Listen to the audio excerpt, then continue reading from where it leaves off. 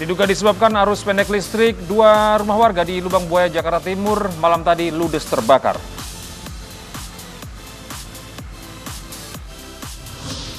Presiden Joko Widodo mengumumkan 6 nama menteri baru di Kabinet Indonesia Maju di Istana Negara Jakarta.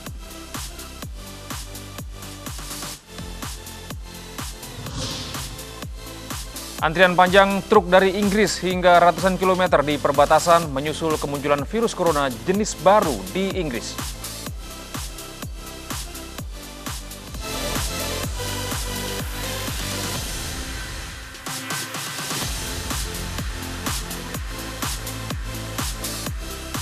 Halo, selamat pagi pemirsa. Kami hadir kembali dalam iNews Pagi melengkapi informasi Anda pada pagi hari ini. Ya, selain 3 berita utama tadi, kami juga akan hadirkan informasi penting lainnya. Bersama saya, Gede Satria. Dan saya, Salsabila Syaira. Inilah iNews Pagi selengkapnya untuk Anda.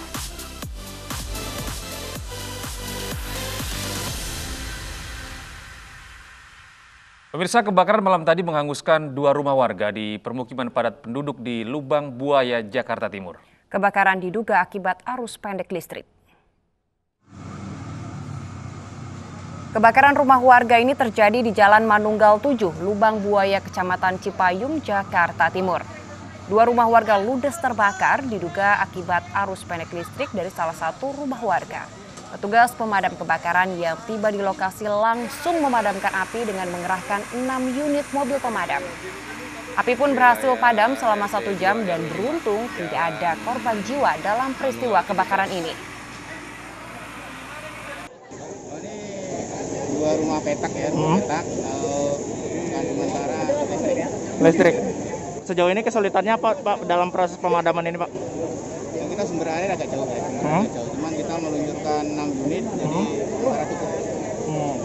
Tadi sempat ada korban luka atau korban jiwa, Pak, dalam kebakaran ini, Pak? Korban luka tidak ada nih. Dan sementara itu pemirsa, kobaran api malam tadi juga membakar ruang dapur lantai basement hotel di Jalan Kramat Raya, Jakarta Pusat. Diduga api muncul dari tabung gas yang bocor.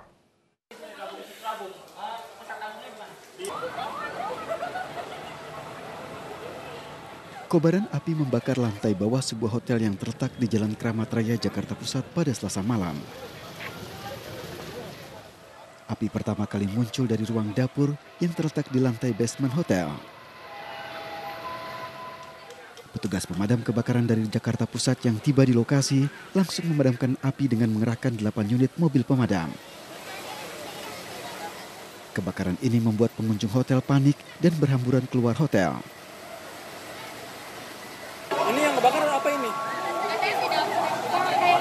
Informasi dari dapur asalnya api, cuman karena pakai pipa atau apa gitu kan masuk ke lantai 5 gitu.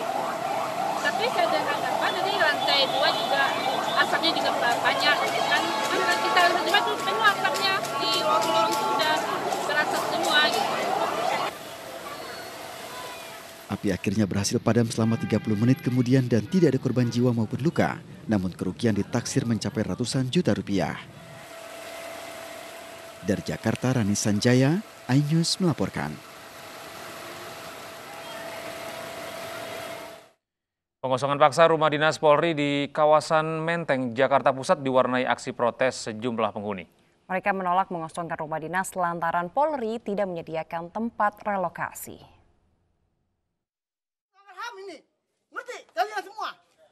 Upaya pengosongan paksa terhadap 27 rumah dinas Polri di kawasan Menteng, Jakarta Pusat diwarnai aksi protes pada Selasa pagi. Petugas kepolisian yang hendak mengeksekusi rumah dinas pun dihadang warga.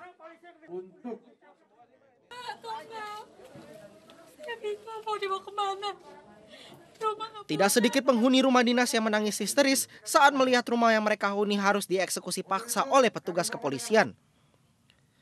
Sejumlah penghuni rumah dinas mengaku kecewa dengan adanya aksi pengosongan paksa ini. Ya bingung mau dibawa kemana? Rumah nggak punya. Ibu udah berapa tahun Bu tinggal di sini? Saya ikut mertua saya. Udah berapa tahun di sini? Umur anak saya 11 tahun, saya baru 12 tahun di sini, Pak. Mertuanya anggota polisi? Tapi saya bingung mau dibawa kemana anak kecil ini, Pak. Rumah nggak punya. Kami juga kan bukan polisi, emang saya ngakui saya bukan polisi. Tapi kan tahu juga anak saya. Wakapolres Metro Jakarta Pusat menyatakan eksekusi dilakukan lantaran asrama Polri ini rencananya akan dibangun rumah susun bagi anggota Polri yang masih aktif bertugas. Untuk sosialisasi terus pemberitahuan kepada penghuni itu sudah dari bulan 3 Maret 2020. Sudah kita sampaikan bahwa akan dibangun perumahan rumah susun yang lebih baik, lebih bagus ya, untuk personil Polri juga gitu. Kendati sempat diwarnai protes, namun petugas langsung mengerahkan alat berat untuk membongkar bangunan rumah dinas. Dari Jakarta, Rani Sanjaya, iNews melaporkan. Pemirsa, ratusan warga desa Kemiri, Kecamatan Sidoarjo, Jawa Timur menolak eksekusi Pengadilan Negeri Sidoarjo terhadap kantor desa Kemiri. Mereka memblokade akses jalan ke balai desa dengan membawa pentungan, batu, dan senjata tajam untuk mempertahankan aset desa.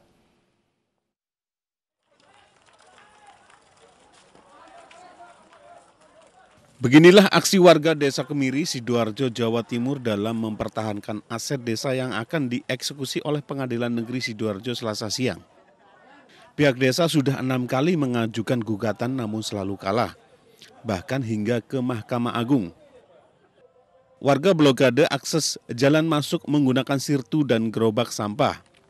Bahkan sejak keluar pemberitahuan eksekusi, warga sudah berjaga-jaga. Rencana eksekusi oleh Pengadilan Negeri Sidoarjo ini adalah yang ketiga kalinya, yaitu sejak tahun 2002, 2013, dan tahun 2020 ini. Namun semuanya gagal karena dihadang warga. Warga beralasan penghadangan ini semata-mata ingin mempertahankan aset desa, dan objek yang akan dieksekusi dianggap tidak ada, karena batas objek yang akan dieksekusi tidak sesuai.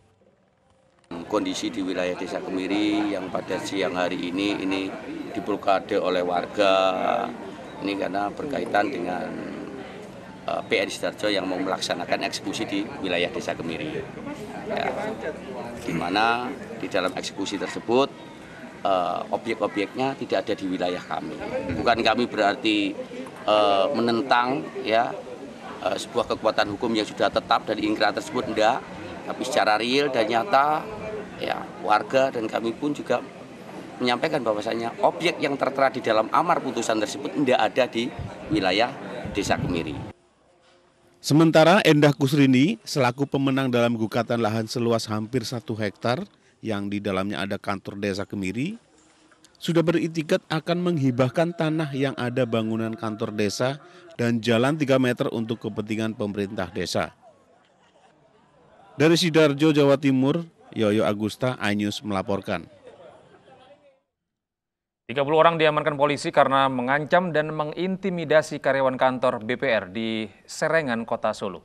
Dan jajaran Polresta Solo menindak tegas siapapun yang melakukan praktek premanisme di Kota Solo.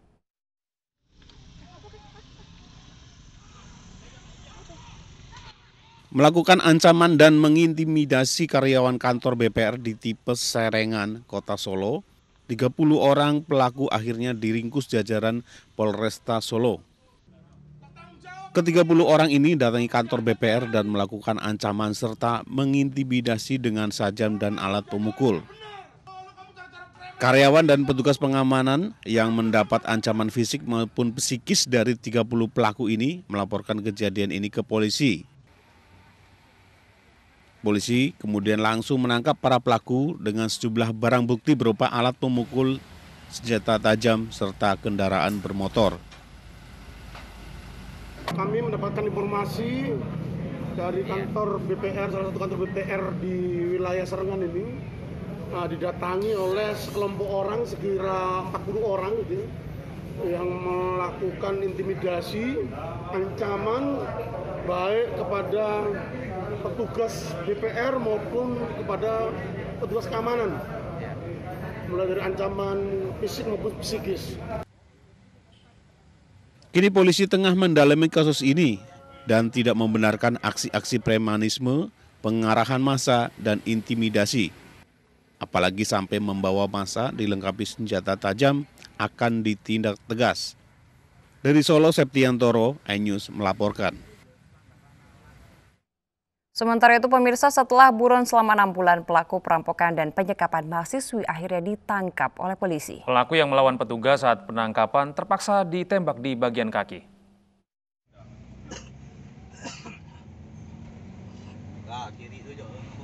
Suprayogi hanya bisa pasrah saat digerebek tim Buser Naga Polres Pangkal Pinang di dalam kamar kontrakannya di Pangkal Pinang, Kepulauan Bangka Belitung.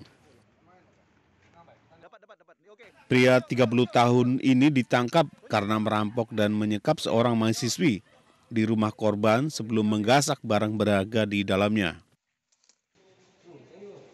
Pelaku yang berusaha melawan polisi serta mencoba melarikan diri terpaksa diambil tindakan tegas terukur, yakni ditembak di bagian kaki kanan. Yogi merupakan seorang residivis kasus narkoba dan sempat merasakan dinginnya penjara selama 4 tahun. Pada saat itu korban sendirian dengan anaknya di rumah. Pada saat korban mau memasuki motor kendaraan korban ke parkiran ke dalam rumah, pelaku langsung masuk, membekap korban dan mengancam dengan pakai senjata tajam berupa golok, terus mengikat korban di kamar. Setelah itu, setelah korban tidak berdaya, maka pelaku mengambil motor, mengambil beberapa handphone. Sejumlah barang bukti berhasil diamankan polisi, yakni 3 buah handphone yang sudah sempat dijual pelaku dan sepeda motor. Pelaku kini terancam hukuman 7 tahun penjara. Dari Pangkal Pinang, Bangka Belitung, Haryanto, iNews melaporkan. Kawanan perampok sadis yang biasa beraksi dengan senjata tajam ditangkap Satreskrim Polresta Barelang, Batam. Aksi keempat pelaku di sejumlah tempat memang terekam oleh kamera pengawas dan saat ditangkap, 2 dari 4 pelaku ditembak oleh polisi untuk melumpuhkan. Oh, jatuhin itu pisaunya, jatuhin dulu. Jatuh pisaunya? Jatuh duluan. Pakai yang nangkapnya itu. Aksi komplotan perampok di sebuah toko sembako terekam kamera pengawas. Tak hanya mengambil harta korban, kawanan ini juga menyiksanya di kamar mandi. Kawanan ini juga beraksi di sebuah toko pakaian. Dengan mengacungkan senjata tajam, mereka memaksa korban untuk menyerahkan hartanya. Berdasarkan rekaman kamera pengawas, polisi mengejar para pelaku. Keempatnya ditangkap di beberapa lokasi berbeda. 2 di antaranya ditembak anggota Satreskrim Polres Barelang karena melawan saat akan ditangkap. Dari hasil interogasi dan penyidikan, akhirnya terungkap bahwa sudah melakukan lebih dari 3 TKP. Ini masih kita kembangkan kembali terkait laporan-laporan yang masuk ke pihak Polres ataupun Polsek, sedang kita cross-check, tetapi ada 3 tempat yang sudah mereka lakukan. Dari hasil penyelidikan, keempat pelaku berhasil merampas harta senilai ratusan juta rupiah. Mereka juga tak segan melukai korbannya dengan senjata tajam. Polisi masih mengejar kemungkinan komplotan ini terkait dengan aksi kejahatan lainnya, terlebih 1 di antaranya residivis untuk kasus berbeda. Dari Batam, Kepulauan Riau, Gusti Yenosa, iNews melaporkan.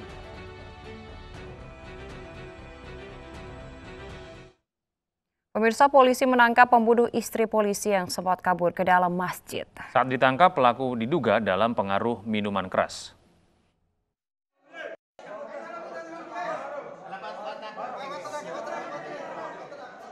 Polisi menangkap Ferry di dalam sebuah masjid usai membunuh seorang istri polisi. Pelaku mengaku lari ke dalam masjid untuk menghindari kejaran dan amuk massa yang ingin menangkapnya. Polisi mengevakuasi pelaku dengan menggotongnya karena pelaku terus meronta dan melawan petugas.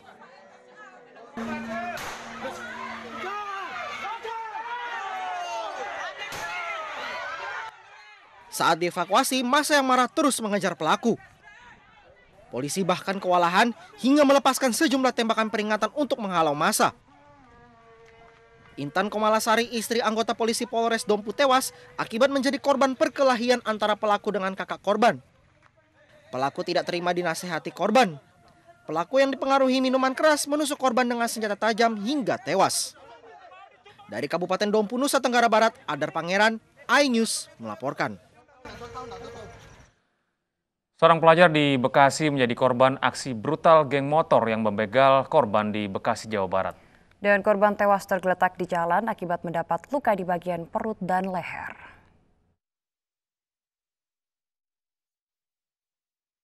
Seorang pelajar di Bekasi tewas tergeletak di jalan akibat dibacok di bagian leher dan perut oleh kawanan geng motor pada Senin dini hari kemarin dan membawa kabur sepeda motor milik korban. Aksi kawanan geng motor ini pun sempat terekam kamera CCTV sebuah bengkel karoseri mobil. Korban yang seorang diri sempat melakukan perlawanan, namun pelaku yang berjumlah 8 orang ini langsung membacok korban di bagian perut dan kepala. Korban pun tewas akibat kehabisan darah.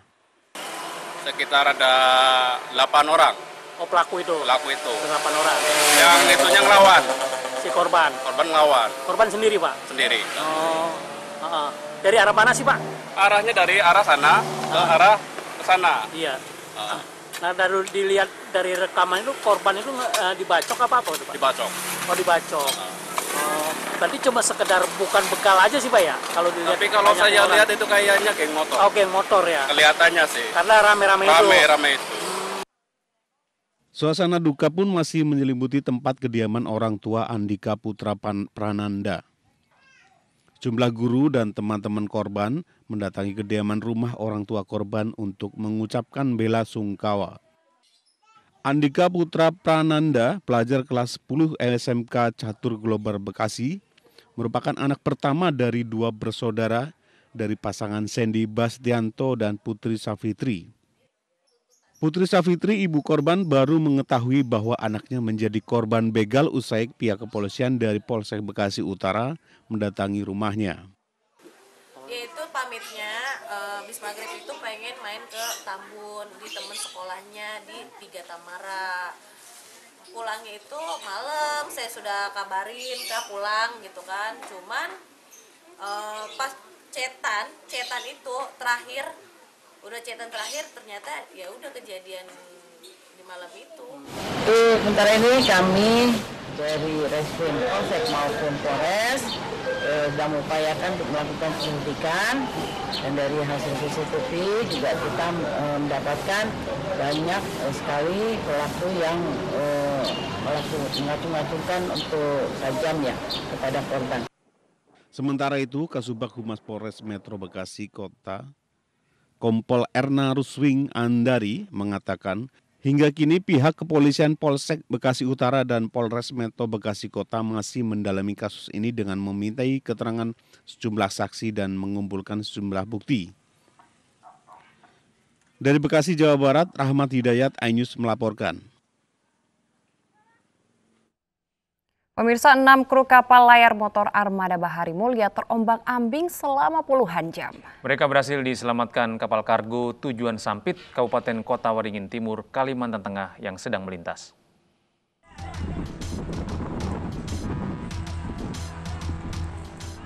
Proses penyelamatan 6 kru KLM Armada Bahari Mulia berlangsung dramatis. Seluruh kru kapal terombang-ambing selama 27 jam di Laut Jawa setelah kapal mereka tenggelam dihantam gelombang tinggi. Selama di atas rakit, kru kapal terus berupaya mencari pertolongan hingga mereka diselamatkan kapal kargo tujuan Sampit, Kalimantan Timur yang kebetulan melintas. Ya lemas lah, ada yang lemas karena nggak ada makanan kan. Cuma ada mie mentah itu, ya itu dimakan sedikit-sedikit. Udah sempat pasrah, soalnya kalau nggak ada kapal itu yang bantu, kami nggak tahu nasib kita yang selanjutnya. Namanya cuaca buruk kan, nggak ada nelayan, nggak ada kapal lewat yang lain-lain. Seluruh kru KLM Armada Bahari Mulia telah berada di Sampit dalam keadaan sehat. Alhamdulillah udah dicek ke KP Sampit, udah sehat semua, dicek rapid di Neo Sigma negatif semua 6 krunya. Kru kapal kemudian akan diberangkatkan ke Pelabuhan Semarang, Jawa Tengah untuk kembali ke kampung halaman masing-masing sambil menunggu jadwal keberangkatan kapal dari Sampit.